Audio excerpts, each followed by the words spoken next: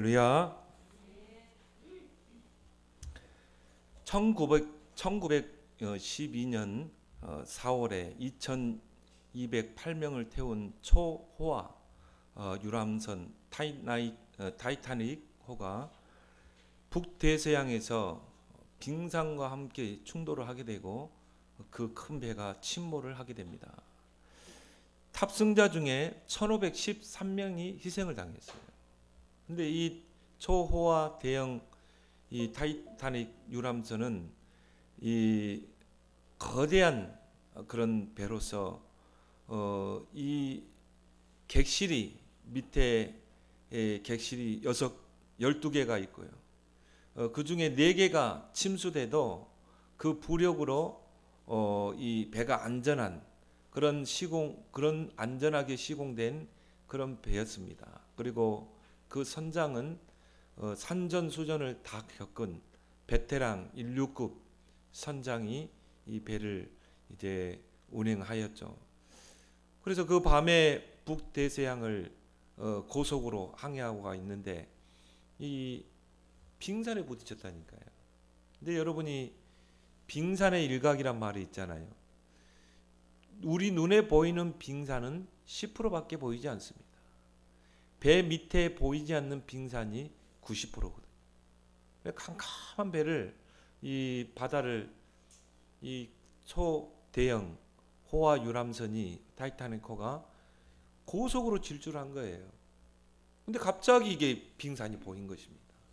거기서 이 배를 틀 수도 없잖아요. 그리고 이 배는 브레이크도 잘 안 걸려요.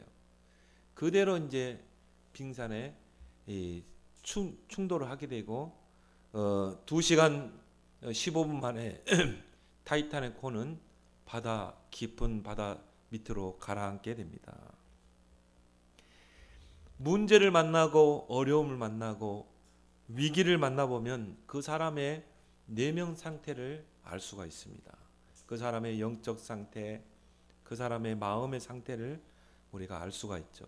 그래서 문제를 만나고 어려운 환경에 부딪히게 되면 갈등하고 낙심하고 시험 들어서 무너진 자들이 있어요. 그들의 특징이 뭡니까? 속사람이 약합니다. 속사람이 연약합니다.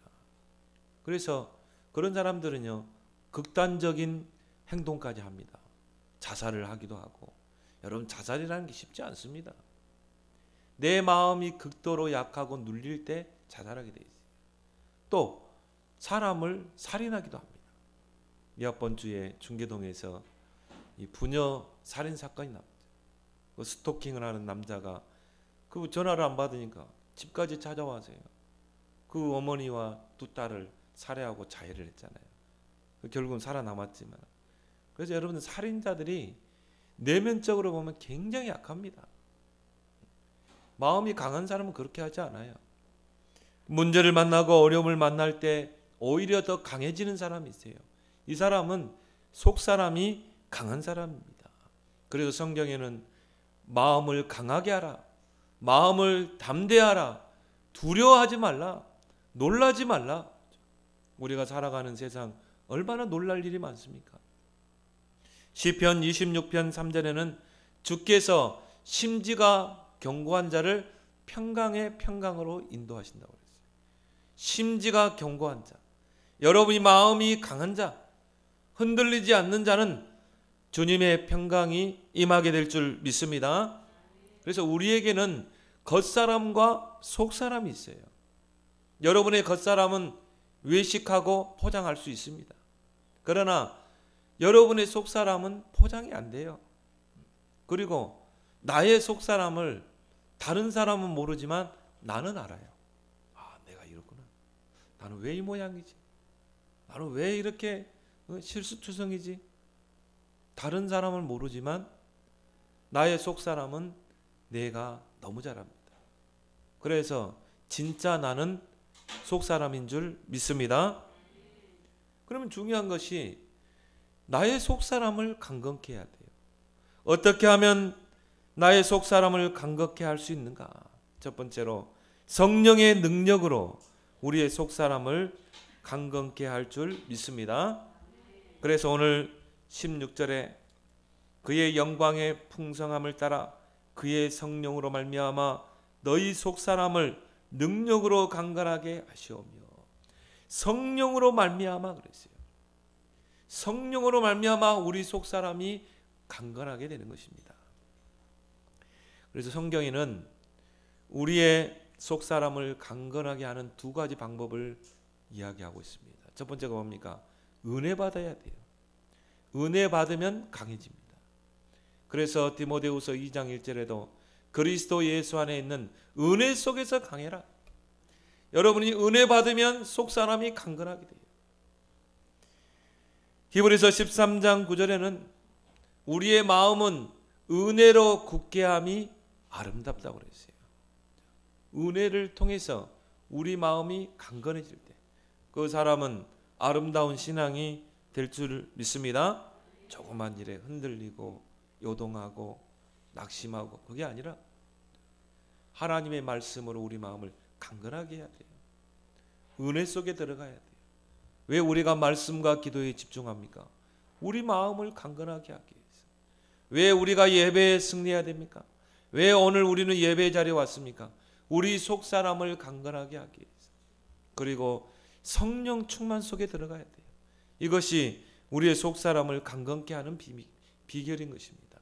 에베소서 5장 18절에 술 취하지 말라, 세상에 취하지 말라, 육신적인 것을 취하지 말라. 성령의 충만함을 받으라. 성령 충만 받으면 속사람이 강건하게 돼 있어요. 왜 그렇습니까?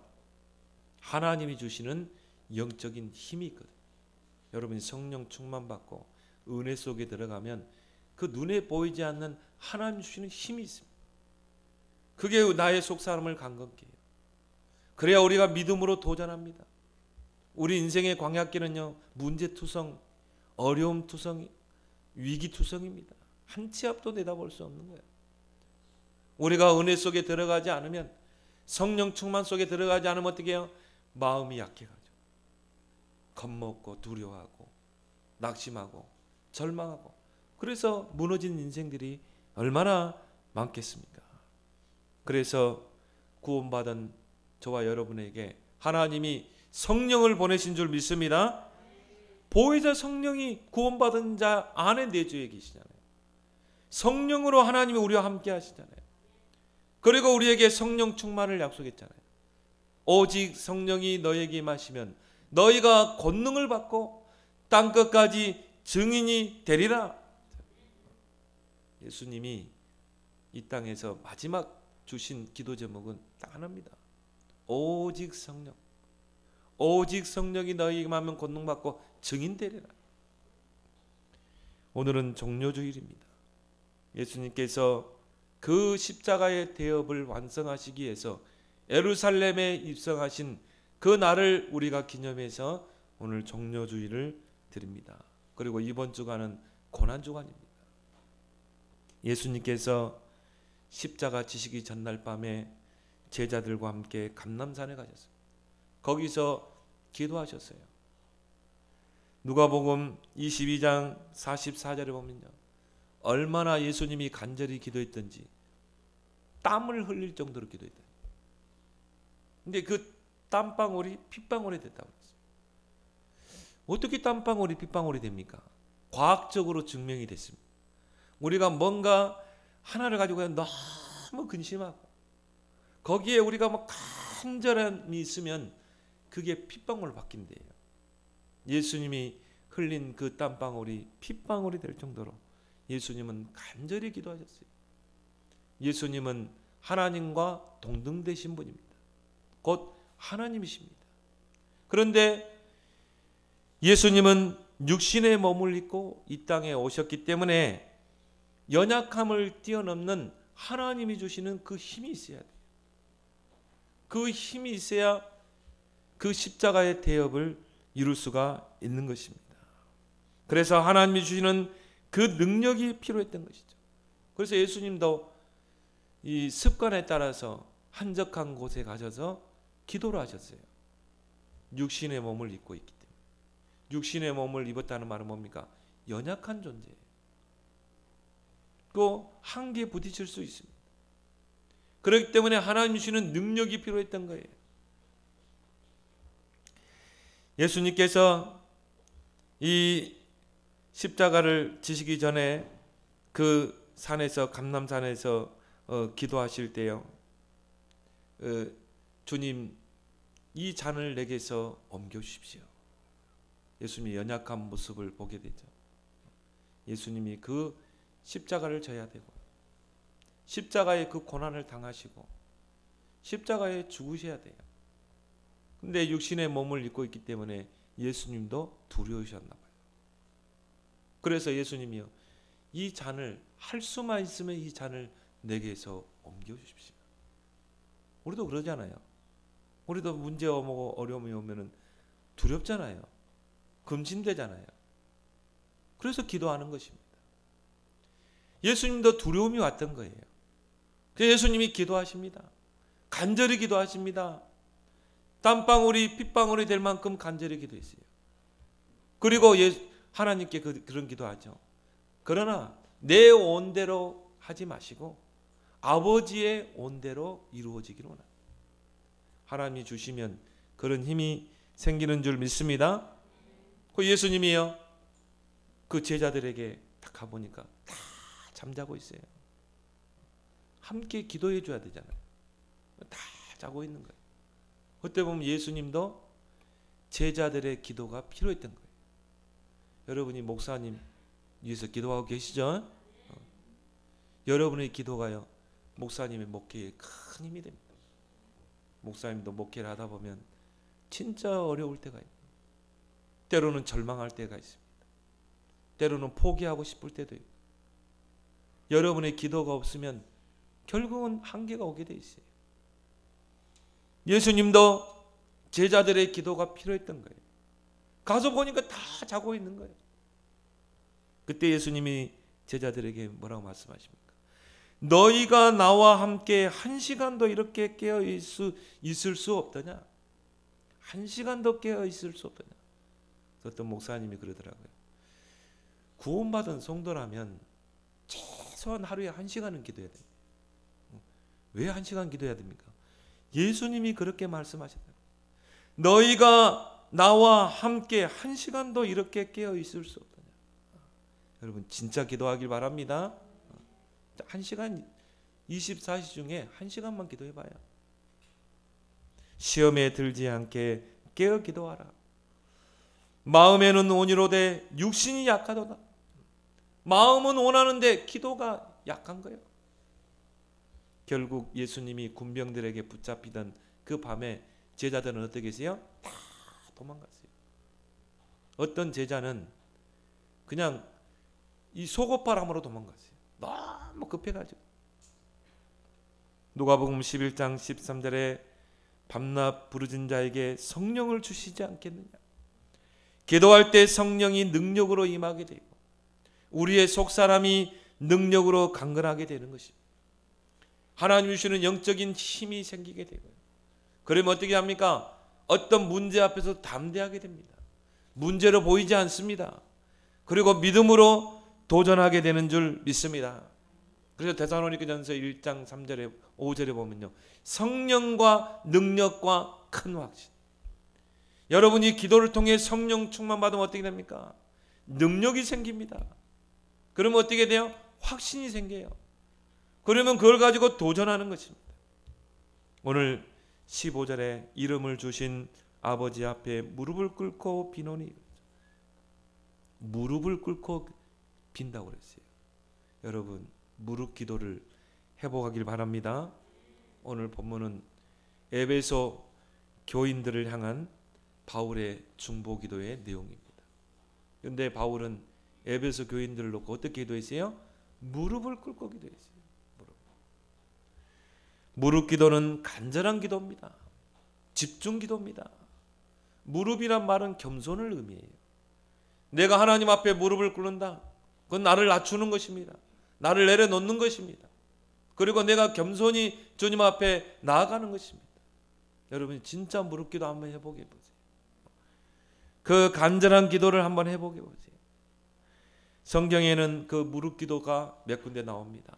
다니엘의 무릎 기도죠. 다니엘서 6장 10절에 다니엘이 조소의 의인이 찍힌 걸 알고도 예루살렘을 향해서 무릎을 꿇고 살아계신 하나님께 간절히 기도했다고 그랬어요. 근데 어떤 역사가 일어났어요?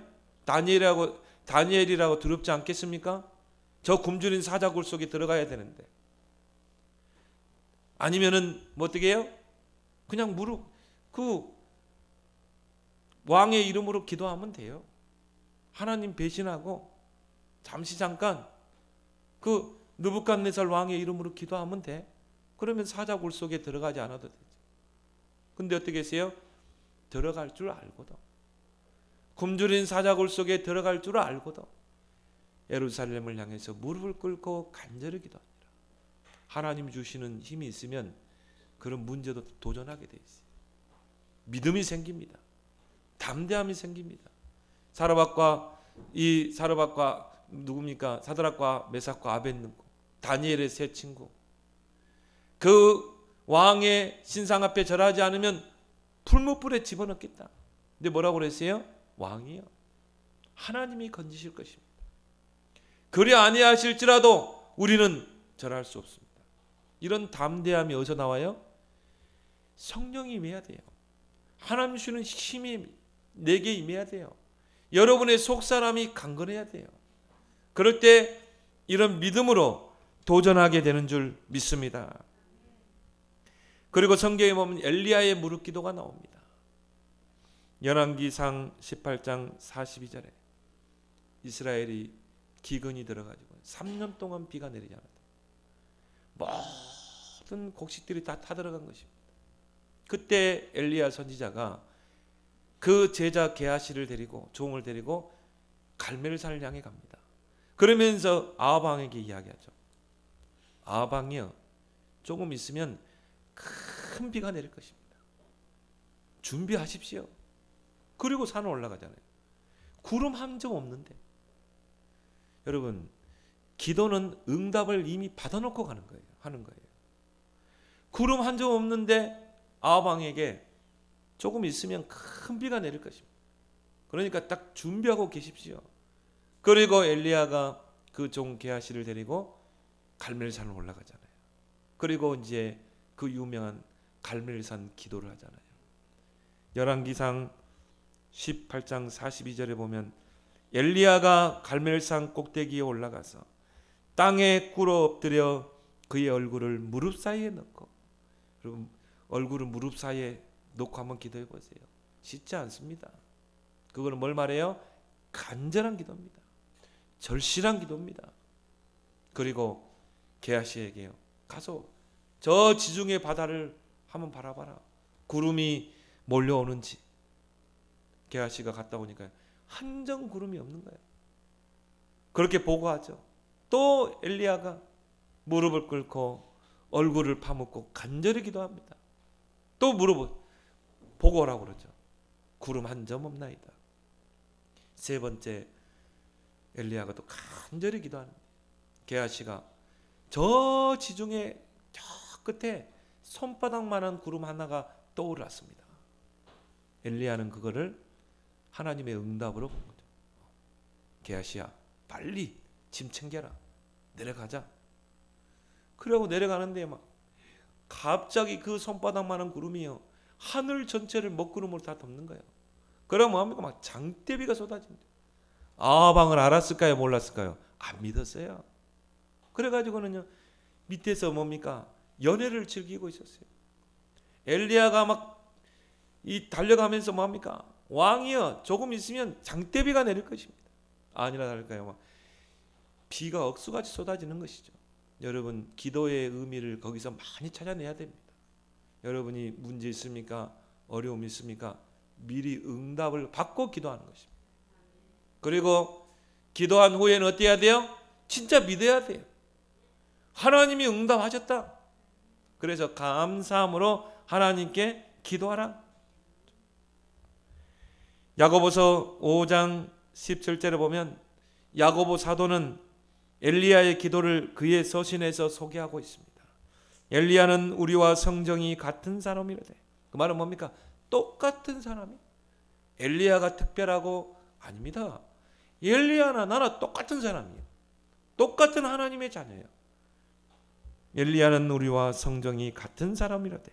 그가 비가 오지 않기를 간절히 기도한즉 3년 6개월 동안 땅에 비가 오지 아니하고 다시 간절히 기도하니 하늘이 비를 주고 땅이 열매를 맺었느니라. 여러분, 간절한 기도는 자연도 순종케 하는 줄 믿습니다. 우리는 은혜 받아야 돼요. 그래야 속사람이 강건케 되고, 그래야 우리가 믿음으로 도전하게 됩니다. 여러분이 은혜 받으면, 속사람이 강건케 되면 문제가 문제로 보이는 게 아니라 문제가 답으로 보이게 돼 있어요. 이건 내가 답으로 봐야지 그게 아닙니다. 실제 보이게 돼 있는 거예요. 골리앗이 문제가 아닙니다. 이거는 응답으로 보이는 거예요.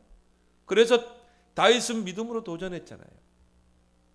여러분이 기도 집중을 통해 성령에 충만하게 임하게 되면 여러분이 속사람이 강건케 된다니까요. 하나님 주시는 영적인 힘이 생깁니다. 그리고 문제 앞에서 담대해집니다. 그리고 뭡니까? 믿음으로 도전하게 되죠. 두 번째, 어떻게 하면 우리의 속사람을 강건케 할 수 있습니까? 그리스도 안에 뿌리를 내려야 돼요. 그 그리스도 위에 털을 굳혀야 돼요. 오늘 17절에 말씀하고 있습니다. 믿음으로 말미암아 그리스도께서 너희 마음에 계시게 하시옵고 너희가 사랑 가운데서 뿌리가 박히고 터가 굳어져서. 왜 갈등합니까? 왜 시험 들고 낙심하고 왜 좌절해서 무너집니까? 다른 데 뿌리를 내리고 있기 때문에. 그리스도 안에 뿌리를 내려야 돼요. 다른 데 뿌리를 내리고 있고. 또 두 번째는요, 뿌리가 얕아. 뿌리를 깊게 내려야 되는데. 뿌리 깊은 나무는 절대 쓰러지지 않습니다. 어떤 홍수가 와도, 어떤 태풍이 불어도 땅에 뿌리를 깊게 내리는 나무는 쓰러지지 않아요. 무너지지 않습니다. 그래서 반드시 열매를 맺게 되죠. 뿌리 깊은 나무가 열매를 맺잖아요. 여러분이 그리스도 안에 깊은 신앙의 뿌리를 받기 바랍니다. 그래서 마태복음 16장에 보면 베드로가 주는 그리스도시요 살아계신 하나님의 아들이십니다. 이 고백을 했을 때 예수님이 바요나시므나 네가 보이다. 너의 반석에 내 교회를 세우겠다. 말은 뭡니까? 너를 내가 반석같이 세울 것이다. 흔들리지 않는 반석에 너를 신앙을 세울 것이다. 그리고 내 교회를 너를 통해 세울 것이다. 복음 전파의 축복이죠. 여러분 보면서요, 신앙생활을 오래 했다고 믿음 있는 게 아니더라고요. 30년 40년 신앙생활 했다고 믿음 있습니까? 성경은 그렇게 말하고 있지 않아요. 믿음은 들으면서 난다고 했어요. 그리스도의 말씀을 들어야 돼요. 복음을 들어야 믿음이 생기는 거예요. 그래서 예수님이 하신 말씀이 뭡니까? 먼저 된 자가 나중되고 나중된 자가 먼저 된 자가 많을 것이다. 오래 믿음 생활해야 돼요. 그리스도 안에 뿌리 못 박으면요, 흔들흔들합니다. 여러분, 신천지 2단에 간 사람들이요, 다 교회에서 믿음 생활 오래 했던 사람들. 새 신자들은 안 가요. 별로. 다 본사 그런 사람들이 간다니까요. 나중된 자가 먼저 된 자가 많을 것이다. 나중에 불신자로 있다가 나중에 믿었다 할지라도, 새 신자라다 할지라도 처음부터 그리스도로 시작하면 돼요. 왜요? 예수 그리스도는 알파와 오메가이기 때문에. 처음이요 나중. 여러분의 시장의 처음을 오직 그리스도로, 여러분의 시작의 마무리도 오직 그리스도로. 여러분 하나님 앞에 갈 때는요, 이제 죽음을 앞에 두고 있다, 이런 고백하고 가시면 돼요. 주는 그리스도시요 살아계신 하나님의 아들이십니다. 예수는 나의 그리스도시요 나의 인생 모든 문제 해결자이십니다. 여러분의 인생의 알파와 오메가가 그리스도가 되길 바랍니다. 왜 나는 어려운가? 왜 말씀은 나와 맞지 않는가? 어제 핵심에서 4가지 이유를 이야기했죠. 왜 나는 어려운가? 왜 말씀과 나는 맞지 않는가? 첫 번째 뭐예요? 내 생각이 틀려있기 때문에. 내 생각이 사단이 주는 12가지 그 생각에 내가 묶여있기 때문에, 거기에 갇혀있기 때문에. 크게 3가지. 나 중심, 육신 중심, 성공 중심. 여러분의 마음은 병들어 있기 때문에. 그러면요, 우리의 영적 상태는 어떻게 됩니까? 황폐하게 됩니다. 그리고 우리의 삶은 현실에 급급합니다. 하나님의 은혜 속에 들어가고 성령 충만 속에 들어가서 내 마음을 강건케 하고 속사람을 강건케 하며 모든 문제 어려움을 믿음으로 도전해야 되는데 현실에 급급해요. 그 문제 해결하기 위해서 그 문제에 묶여있고, 그러니 어려울 수밖에 없는 것입니다. 여러분이 왜 복음의 말씀에 각인 뿌리 체질이 내려야 되는가? 그냥 말씀이 아니죠. 복음의 말씀. 그냥 말씀을 들으면 안 돼요. 그리스도의 복음의 말씀을 들어야 믿음이 생기는 거예요. 복음의 말씀으로 각인 뿌리 체질을 새롭게 다 바꿔야 돼요. 그러면 그 속에 뿌리를 내리게 되고 그 위에 터가 굳어지고, 그러면 속사람이 강건케 될 줄 믿습니다. 로마서 10장 17절에 믿음은 들으면서 나며 들음은 그리스도의 말씀으로 말입니다. 왜 우리가 복음을 계속 들어야 됩니까? 복음은 반복이 아니라 강조인 줄 믿습니다.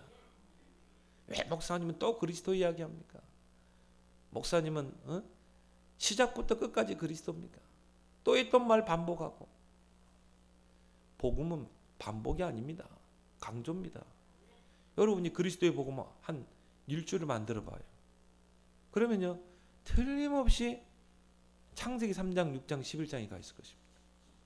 여러분이 한 달만 안 들어봐요.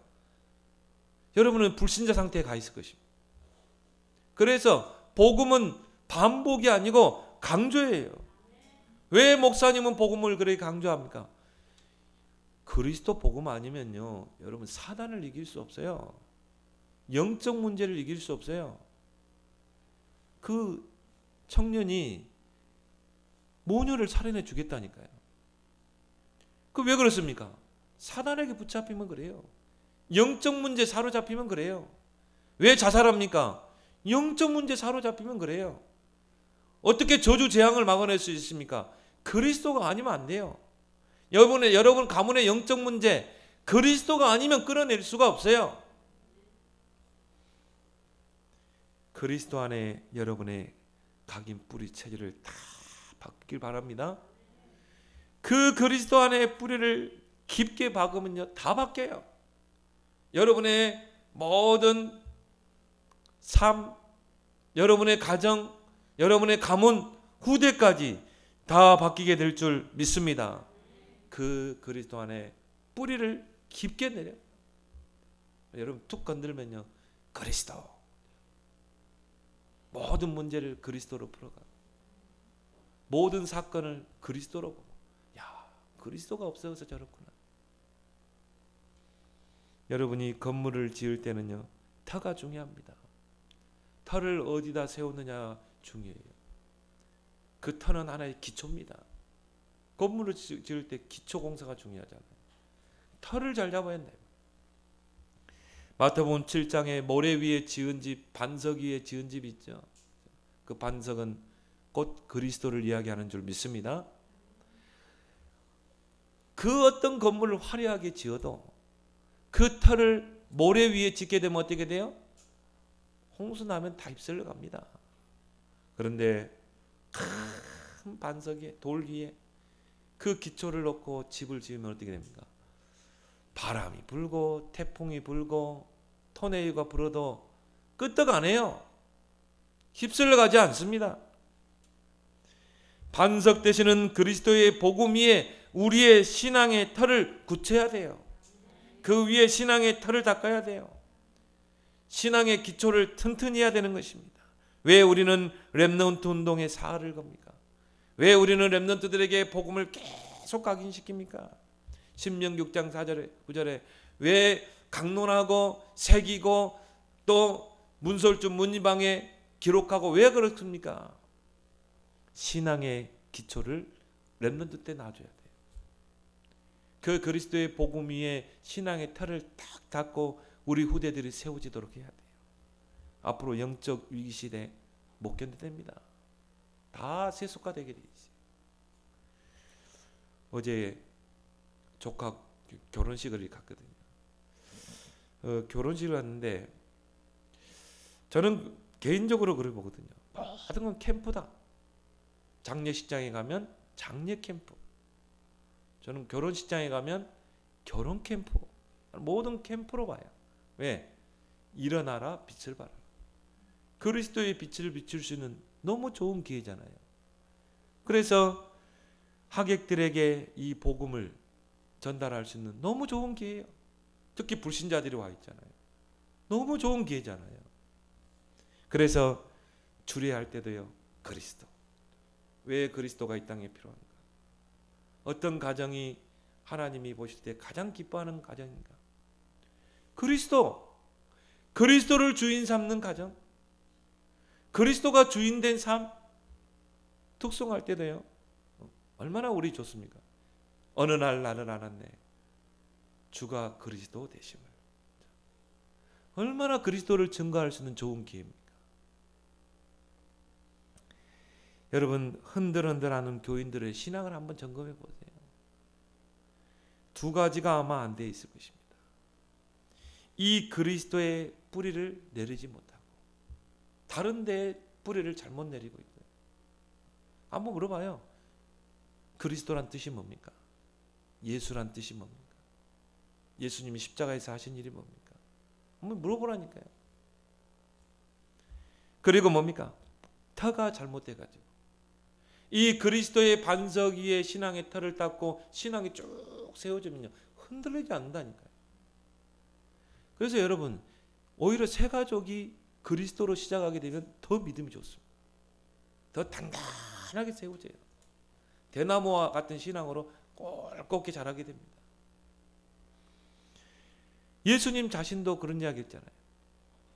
그래서 여러분이 이 그리스도 안에 뿌리를 받고 그 위에 터를 굳게 세우는, 그래서 어떤 문제, 어려운 위기도 응답과 축복으로 도전하는 여러분 되기를 예수 그리스도로 축원합니다. 세 번째, 어떻게 하면 우리 속사람을 강건하게 할 수 있는가?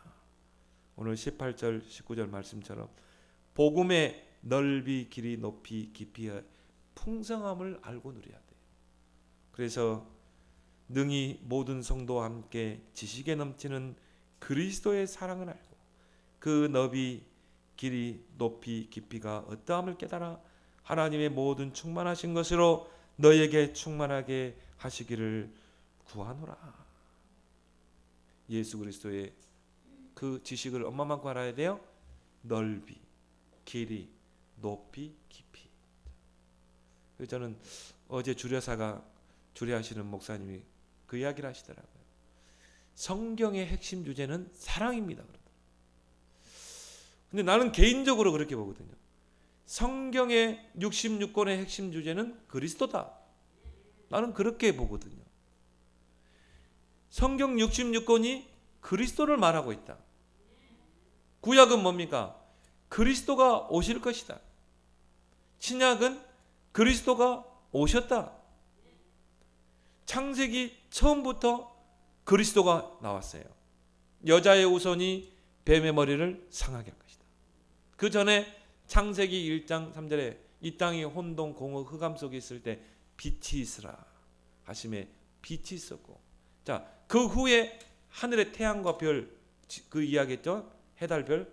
그 전에 이미 빛이 있었단 말이에요. 그 빛은 태양빛이 아닙니다. 저 달이 비치는 빛이 아닙니다. 생명의 빛을 창조한 거예요. 하나님이 제일 먼저 뭘 창조했어요? 생명의 빛을 창조했어요. 예수님은 이 땅에 생명의 빛으로 오신 줄 믿습니다. 예수님은 생명의 빛이에요. 그래서 성경 전체 66권의 핵심 주제는 예수가 그리스도다. 이게 핵심인 것입니다. 여러분이 이 그리스도의 복음을 얼마만큼 알아야 됩니까? 복음을 여러분이 넓게 알고 누리길 바랍니다. 여러분이 복음을 넓게 알고 누리면 어떻게 됩니까? 모든 사람은 다 수용할 수 있어요. 왜요? 복음의 큰 가슴이 되기 때문에. 복음의 넓은 가슴으로 다 수용할 수 있어요. 다 포용할 수 있어요. 복음의 넓은 가슴이 되길 바랍니다. 또 복음을 얼마만큼 알아야 돼요? 복음의 길이를 알고 누려야 돼요. 그래야 기다릴 수 있잖아요. 요셉처럼, 모세처럼. 기다릴 수 없어요. 시편 37편에 악인을 향해서 불평하지 말라. 악인에 대해서 시기하지도 말라. 여호와를 의뢰하라. 여호와를 기뻐하라. 여호와께 모든 걸 맡기라. 그리고 잠잠하고 참고 기다려라. 의인의 자녀가 걸식함을 내가 보지 못했다. 의인의 자녀가 배고프고 줄이는 거 봤습니까? 하나님이 채우시는데. 그래서 잠잠히 참고 기다리라. 나 여호와가 때가 되면 땅을 차지하게 하겠다. 이거를 시편 37편 다윗의 시편이죠. 5번을 이야기했다. 땅을 차지하게 하겠다. 근데 우리는 기다리지 못해요. 왜 그렇습니까? 복음을 길게 누리지 못하는 거예요. 여러분 길게 누리길 바랍니다. 하나님의 시간표는 반드시 오게 돼 있어요. 복음을 어떻게 누려야 됩니까? 높게 누려야 돼요. 그러면 신앙 품격이 높아집니다. 불신자들 여러분 볼 때요. 저 사람 품격이 있네. 품격 있는 신앙이네. 신앙에 품위가 있네. 여러분은 복음을요 높게 누려야 돼요. 하나님 우리에게 주신 복음은 저급한 복음이 아닙니다. 고차원적인 복음. 아브라함을 보세요. 그 소돔왕이 그 전리품을 줄 때 안 받는다고 그랬잖아요. 왜? 하나님이 나를 축복하시고. 다윗은 그 환난과 고난 속에서 여호와는 나의 목자시니 내게 부족함이 없습니다. 요셉은 그 노예라는 환경에서도요 오히려 하나님이 함께 하시는 그 임만의 축복을 누리고 형통한 자가 됐잖아요.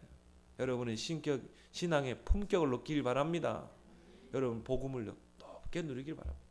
하나님이 여러분에게 주시는 복음은요 이 세상의 그 어떤 것으로 해결할 수 없는 인생의 근본 문제 3가지를 해결하는 그 복음이잖아요.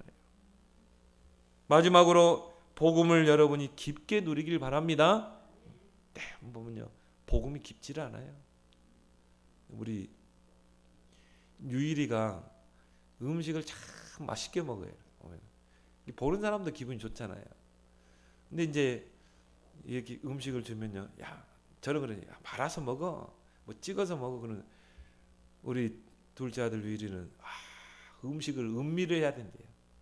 음식의 깊이를 음미해야 되니까 자기는 이거 말지 않겠다는 거예요. 그래서 저놈이 음식의 맛을 알고 있구나. 음식을 음미하며 먹고 있구나. 여러분이 복음을 깊게 누리게 되면 그 속에서 복음의 그 진수를 맛보게 될 줄 믿습니다. 야, 그래 그리스도 안에 다 있구나. 그리스도에는 다 해놓은 것 배설물이구나. 나는 이제 그리스도께 붙잡히기를 원한다. 그리스도 안에서 나를 부르신 그 부름의 상을 향해 달려갈 것이다. 바울은 뭐라고 그랬어요? 그리스도에는 다 배설물. 그 사람이 복음의 그 깊이를 음미한 사람. 여러분이 바로 그런 사람이 되길 바랍니다. 복음을 어떻게 누려야 돼요? 넓게. 그리고 다 품을 수 있을 정도로 길게 여러분이 기다릴 수 있을 만큼 높게 신앙의 품격이 세워질 만큼 깊게 복음의 진수 그 깊은 맛을 음미할 수 있을 정도로.